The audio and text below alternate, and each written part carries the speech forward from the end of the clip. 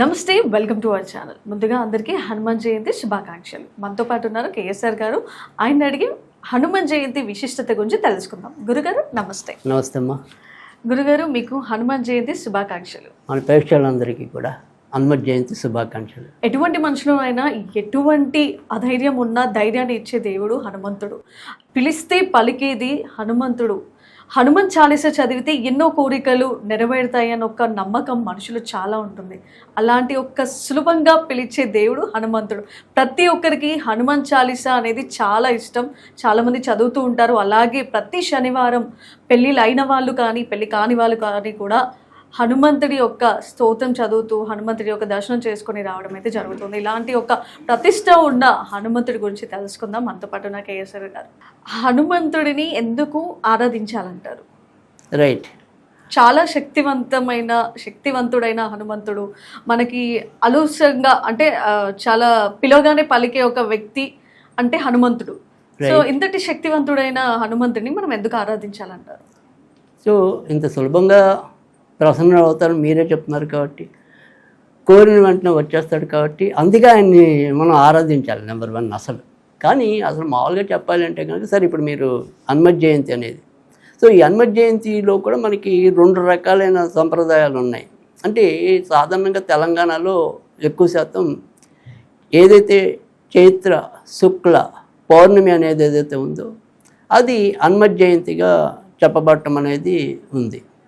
So ఆ రోజు ఆంజనేయుడు అవతరించాడు అని చెప్పి ఇదే విషయాన్ని మనకి స్కంద పురాణం కూడా రూఢీపరచడం అనేది ఉంటుంది. అక్కడ మనకి ఒకనొక పురుషోత్తమ క్షేత్ర మహత్యం సమయంలో అంజనీ దేవికి వాయుదేవుడు వరమందిచ్చినప్పుడు నేను నీకు చైత్ర శుక్ల పౌర్ణమి నాడు నేనే నీ కడుపున ఆ ఆంజనేయుడిగా అవతరిస్తాను అని చెప్పి, సో అందుకని ఇక్కడ చాలామంది ఈ రకంగా చేయటం అనేది ఉంది.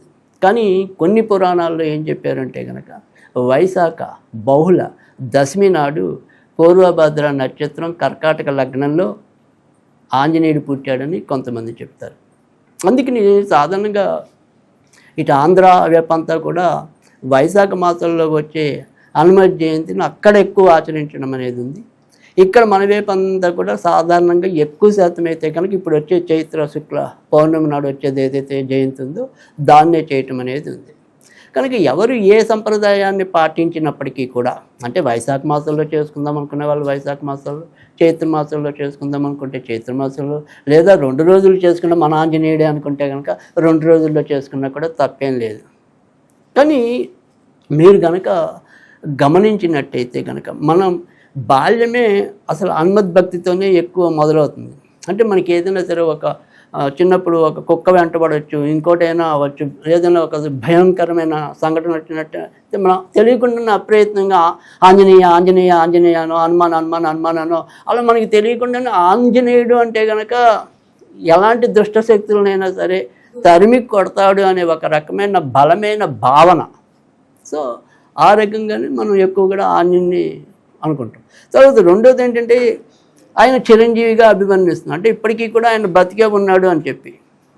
సో కలియుగంలో అందుకని చాలా సులభంగా ప్రసన్నమయ్యే దేవుడు ఎవరై అంటే కనుక ఆంజనేయుడు. తర్వాత రెండోది ఏంటంటే ఇటు ఆంజనేయుడిని మనం శివుడిగా అంటే శివభక్తుడిగా అని, లేదా ఇటు వైష్ణవులు అనుకుంటే వైష్ణవ భక్తుడని ఎవరికి మనం ఆపాదించడం.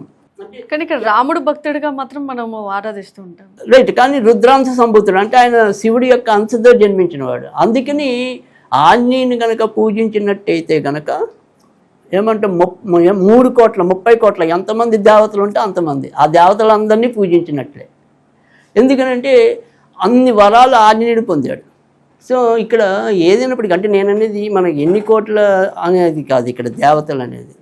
సో వాళ్ళు ఎంతమంది ఉన్నా కానీ అంతమంది వరాలు అంటే వాళ్ళందరినీ కూడా పూజించిన, అంటే ఆంజనేయుని కనుక పూజిస్తే అంతమంది దేవతల్ని పూజించినట్టు. మీరు ఎంతమంది అనుకుంటే అంతమంది దేవతలు. ఓకే, అన్ని రకాలైన వరాలు ఆంజనేయుడు పొందాడు. సో ఆంజనేయుని పూజించటము అంటే కనుక మనకి చాలా అవసరం. అంటే సాధారణంగా మనలో ఏది ఎక్కువగా లోపిస్తూ ఉంటుంది, ఏదైనా సరే చిన్న కష్టం రాగానే భయపడేదే ఎక్కువ ఉంటుంది, బెంబేలు పడుతూ ఉంటాం.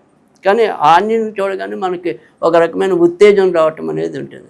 తర్వాత రెండోది వచ్చేప్పటికి ఏంటంటే ఆంజనేయుని చాలా తేలికైన పద్ధతుల్లోనూ పూజించవచ్చు, కఠినమైన పద్ధతుల్లోనూ పూజించవచ్చు. ఇప్పుడు మాబాటి జ్యోతిష్కులు ఉన్నారనుకోండి, స్వప్నాంజనేయ అని చెప్పి ఆ రూపంలో కనుక ఆరాధించినట్టయితే కనుక ఈ మీకు వచ్చే ఏవైతే సమస్యలు ఉంటూ ఉంటాయో మాకు వాటికి నివారణ అనేది, పరిష్కారం అనేది ఆంజనేయుడు కల్లో తెలుపుతాడు అని చెప్పి ఆ రకంగా స్వప్నాంజనేయ ఆరాధన చేయటం అనేది కూడా ఉంది. అంతేకాకుండా ఏదైనప్పటికీ కూడా వాలాగ్ర హనుమాన్ అని చెప్పి ఆయన యొక్క వాలం ఏదైతే ఉంటుందో దానికి వరుసగా మినపగింజలు ప్రతిరోజు కూడా అద్దుకుంటూ వెళ్ళి ఆ తోక పూర్తి చేయటం అనేది ఉంటుంది. సో దానివల్ల ఎలాంటి కష్టమైన కోరికైనా సరే తీర్చమ వాలాగ్ర హనుమాన్ అంటారు దాన్ని. సో ఇలా ఆంజనేయుని అనేక రకాలుగా పూజించడం అనేది ఉంది. తర్వాత మార్గశిర మాసం త్రయోదశి నాడు హనుమద్ వ్రతం చేయటం అనేది కూడా అనేక చోట్ల సంప్రదాయం ఉంది. హనుమాన్ చాలీసా కూడా చదువుతూ ఉంటారు హనుమాన్ జయంతి రోజు చాలామంది. అంటే హనుమాన్ జయంతి అనే కాదు, మనం ఏదైనా సరే ఒక హనుమాన్ చాలీసా అనేది మన కోరికలు తీరడానికి ఒక పద్ధతి ఉంది. అంటే ఇప్పుడు మీరు రోజుకి 11 సార్లు చొప్పున 40 రోజులు చదివితే ఎలాంటి కార్యమైనా సఫలీకృతం అవుతుంది అనేది హనుమాన్ చాలీసా విధానంలో ఒకటి. లేదు మీరు ఒకే ఏకాబికిన 108 సార్లు కనుక చదివినట్టయితే కనుక శీఘ్రంగా ఫలితం ఇవ్వటం అనేది కూడా ఉంది. అలా కాకుండా ప్రతిరోజు కూడా క్రమం తప్పకుండా చదవటం అనేది అదొక పద్ధతి. అంటే మీరు నిర్దిష్టంగా ఏదైనా సరే ఒక కోరిక పెట్టుకుని, అంటే నాకు ఉద్యోగం కావాలనో, కళ్యాణం కావాలనో, ఇంకోటో మీరు ఏదైనా ఒక కోరిక పెట్టుకున్నప్పుడు మండలం అంటే 40 రోజులు కనుక. కానీ ఎన్నిసార్లు చెప్పారు? రోజుకి 11 సార్లు. సో 11 సార్లు అంటే మ్యాక్సిమం 11 1:30 లేదా 2 నిమిషాలు వేసుకోండి. అంటే 22 నిమిషాలు కష్టపడితే రోజుకి అయిపోతుంది. అలా 40 రోజులు చేయాలి. అలా 40 రోజులు చేయాలి. అప్పుడు ఖచ్చితంగా మనం అనుకున్న కోరిక అది కాదు. మీకు ఇంకా ఎక్కువ శక్తి, ఇంకా ఎక్కువ ఓపిక, ఇంకా ఎక్కువ ఇది ఉందనుకోండి, నాకంటే అది కాక 40 రోజులు చేసేదానికంటే ఒకేసారి కష్టపడిపోతే మొత్తం పని అంతా అయిపోతుంది అనుకుంటే కనుక 108 సార్లు ఒకేసారి చేయనట్టయితే కనుక ఖచ్చితంగా అది కూడా మనకి ఫలితం ఇవ్వటం అనేది. ఒకే రోజు 108 ఒకేసారి అది కనీసం ఒక 5-6 గంటలు పడుతుంది. అలా ఓపికగా కూర్చుని చదవగలగాలి 108 సార్లు. అలా చదివినా కూడా మీకు అదే రకమైన ఫలితం రావటం. కనుక హనుమాన్ చాలీసా అనే విధానంలో అది చెప్పడం అనేది ఉంది. ఇంచుమించు మనకి 40 దోహాలు అంటారు వాటిని. సో మనం తెలుగులో అయితే శ్లోకాలు అంటాం, అది తులసీదాస్ రచించాడు కాబట్టి దోహా అంటారు వాటిని. సో 2 లైన్స్ ఉంటాయి. సో అలా ఇంచుమించు 40 ఉంటాయి. సో అందుకని 40 చదవటం అనేది స్టాంజాస్ 40 అవి మనం చదవాలి. అలా చేయటం అనేది ఒక పద్ధతి. అయితే హనుమాన్ చాలీసా అనేది సరే అది తులసీదాస్ మనకి ఇచ్చింది. కానీ దీనికన్నా కూడా మీకు ఇంకా కొద్దిగా మంచి ఫలితం రావాలంటే కనుక హనుమత్సూక్తం అని ఉంటుంది ఒకటి. అదైతే ఒక 10 వాక్యాలు ఉంటుంది, ఇంచుమించు కొద్దిగా వచనంలానే ఉంటుంది. ఆ రకంగా కూడా చేయటం అనేది అదొకటి. తర్వాత ఇంకా అందరికీ తెలిసిన పద్ధతి, ఎక్కువ మంది మనకి ఏదైనా సరే ఇప్పుడు సాధారణంగా కష్టాలు వచ్చినప్పుడు మనకి చాలామంది సుందరకాండ పారాయణం చేయమంటారు. సో సుందరకాండ పారాయణ అనేది కూడా మెయిన్ అంతా కూడా ఆంజనేయుడు సీత మధ్య ఉన్న వృత్తాంతం తెలిపేదంతా కూడా అది సుందరకాండ. అది సో ఆ సుందరకాండ ఎవరైతే పారాయణ చేస్తారో ఖచ్చితంగా వాళ్ళ కోరికలు కూడా నెరవేరబడతాయి అనేది. సో ఆంజనేయుని ఆరాధించడం అనేది అనేక రకాలైన పద్ధతులను మీరు చెప్పినట్టుగా ఏ పద్ధతి అయినా పాటించినప్పటికీ కూడా సులభంగా ప్రసన్నమవ్వగలిగే దేవుడు ఎవరయ్యా అంటే కనుక ఆంజనేయుడే. సో ఈ ఆంజనేయుని పూజించడం వల్ల పలానా కోరిక నెరవేరదు, పలానా కోరిక మాత్రమే నెరవేరుతుంది అనేది ఏం లేదు. సో మనకు ఎలాంటి కోరిక ఉన్నప్పటికీ కూడా ఆ కోరికలు ఎంత పెద్దవైనా సరే తీర్చగలిగే దైవం ఎవరై అంటే కనుక అది ఖచ్చితంగా హనుమంతుడే. సో ఈ పరాశర స్మృతిలో పూర్తిగా మనకి ఆంజనేయుని ఎలా పూజించాలి, ఏ రకంగా అర్చన చేయాలి, ఇలాంటి వివరాలన్నీ కూడా మనకి పరాశర ఏమంటాం స్మృతిలో రావటం అనేది ఉంటుంది. సో అందులో ఆ రకంగా హనుమంతుడు అంతా విషయాలు మనకి తెలియటం అనేది కూడా ఉంటుంది. స్కంద పురాణంలో హనుమంతుడు ఏ విధంగా పుట్టాడు అనేది కొంతవరకు మనకి రావటం అనేది జరుగుతుంది.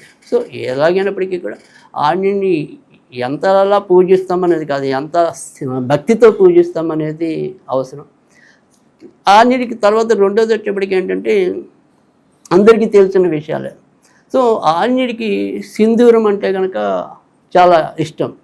ఎందుకని ఇష్టము అంటే కనుక ఒకానొక సందర్భంలో సీతాదేవి సింధూరం పెట్టుకుంటుంది తన నుదుటిన. అమ్మ ఎందుకమ్మా నువ్వు అక్కడ ఆ రకమైన బొట్టు ధరించావు అంటే కనుక మీ స్వామివారికి అక్కడ పెట్టుకుంటే చాలా ఇష్టం అంటే ఇక్కడ కేవలం ఇక్కడ ఒక్క చోట పెట్టుకుంటేనే ఆయనకి అంత ఇష్టమైనప్పుడు నేను ఒళ్ళంతా రాసేసుకుంటానని ఒళ్ళంతా రాసుకుంటే మరి ఇంకెంత ప్రాణం ఉంటుందో కదా అని చెప్పి అందుకని ఆంజనేయుడికి సీతాదేవికి అంత ఇష్టమైనది మరి తన పూజించే స్వామికి కూడా అంత ఇష్టమైనది కాబట్టి ఆంజనేయ భక్తులందరూ కూడా సింధూరం ధరించడం అనేది ఆనవాయితీగా రావటం అనేది కూడా అందుకే. అలాగే అసలు మామూలుగా అయితే కనుక ఆంజనేయుడు పుట్టింది మామూలుగా అయితే కనుక శనివారం నాడు, కానీ ఈ సింధూరం రూపంలో చూసింది మంగళవారం నాడు. అందుకే మంగళవారం శనివారం కూడా ఆంజనేయుని పూజించడానికి అనువైన రోజులుగా మనం చెప్పడం అనేది ఉంది. తర్వాత ఆంజనేయుడికి అప్పాలు అనేది కూడా నివేదన మనం చేస్తూ ఉంటాం. మినపగారెలు వడమాల అని వేస్తాం ఆంజనేయుడికి. ఇంకోటి ఎక్కువగా మనం తమలపాకులు అలంకరిస్తారు మొత్తం కూడా కదా. అందుకని మనం ఏదైనా సరే ఈ రెమెడీస్ అవి చెప్పినప్పుడు సాధారణంగా సింధూరంతో కానీ తమలపాకులతో కానీ అర్చన చేయించుకోండి అని కూడా మనం చెప్తూ ఉంటాం. కనుక తమలపాకులు సింధూరం అనేది కూడా రెండు చాలా ఇష్టమైనవి. తర్వాత రెండోది వచ్చేప్పటికి ఏంటంటే ఈ సింధూరము తమలపాకు, అంటే తమలపాకు అనేది ఏంటంటే ఎవరైనా సరే పెళ్ళి కావాల్సిన వాళ్ళు ఎవరైనా ఆయన బ్రహ్మచారిగా అభివర్ణించినప్పటికీ కూడా ఏమంటే కళ్యాణ యోగం, సంతాన యోగం ఇలాంటివి ఇవ్వాలన్నా కూడా ఆంజనేయుడి వల్ల అవుతుంది. సో ముఖ్యంగా తమలపాకులతో అర్చన చేయాలి, తమలపాకులతో పూజించాలి అనుకుంటే పెళ్లి కాని వాళ్ళకి అది ఇంకా చాలా సులభమైన ఉపాయం. సో సింధూరం అనేది ఏంటంటే ఏదైనా సరే మనకి రావాల్సినవి సరిగ్గా సకాలంలో రాలేకపోవటం, తర్వాత భార్యాభర్తల మధ్య కొంత సఖ్యత సరిగ్గా లేకపోవటం, ఇలా కలహాలు ఇలాంటివి ఏమైనా ఉన్నప్పుడు ఏంటంటే అప్పుడు సింధూరంతో పూజ చేసినట్టయితే కనుక బాగా మేలు జరగటం అనేది ఉంటుంది. అదే పెళ్ళికి ఏదైనా సరే అవాంతరాలు ఆటంకాలు ఏర్పడితే కనుక వాళ్ళు తమలపాకులతో పూజ చేసినట్టయితే కనుక మంచి ఫలితాలు రావటం అన్నట్టు. సో ఈ రెండు పద్ధతుల్లో ఏ పద్ధతి అయినా చేసుకోవచ్చు, కానీ ఖచ్చితంగా ఆంజనేయుడు అయితే మనకు పిలిస్తే పలికే దైవం. చాలా చక్కగా చెప్పారు గురుగారు. మరో ఎపిసోడ్లో మళ్ళీ కలుసుకుందాం. అంతవరకు నమస్తే.